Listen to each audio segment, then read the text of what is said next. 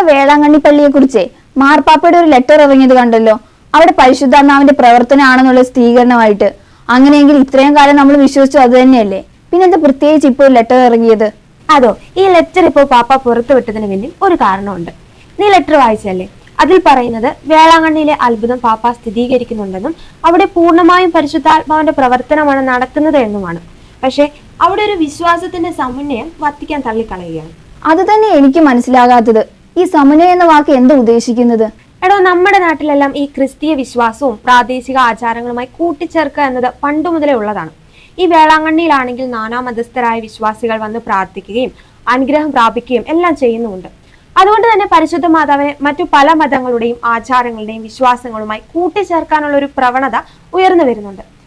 അത് വത്തിക്കാന്റെ ശ്രദ്ധയിൽപ്പെട്ടതിനെ തുടർന്നാണ് വേളാങ്കണ്ണി മാതാവും ബസിലിക്കായും പൂർണ്ണമായും പരിശുദ്ധാത്മാവിന്റെ പ്രവർത്തനത്താലാണ് നടത്തപ്പെടുന്നത് എന്ന് ഒരു അർദ്ധസംഖ്യയ്ക്കും വകയില്ലാത്ത രീതിയിൽ ഇങ്ങനെയൊരു ലെറ്റർ മാർപ്പാപ്പ വിശ്വാസ പ്രമാണത്തിനായിട്ടുള്ള ഡിക്കാസ്ട്രിയുടെ പ്രിഫെക്ട് കാർഡിനാൽ മാനുവൽ ഫെർണാണ്ടസിന് എഴുതിയത്. അപ്പൊ ഇനി അക്രൈസ്തവർ അവിടെ വരണ്ടെന്നാണോ ഉദ്ദേശിക്കുന്നത്? അങ്ങനെയല്ല, അവിടെ വന്ന വിശ്വാസത്തോടെ പ്രാർത്ഥിക്കുന്ന ആർക്കും, അത് ഏത് മതത്തിൽപ്പെട്ടവരായാലും മാതാവിന്റെ അനുഗ്രഹം ഉണ്ടാകുമെന്നും പാപ്പ പ്രത്യേകം എടുത്തു പറയുന്നുണ്ട്. പക്ഷെ ഈ ഒരു സമന്വയം അത് പാടില്ല എന്ന് മാത്രമേ ഉദ്ദേശിച്ചിട്ടുള്ളൂ.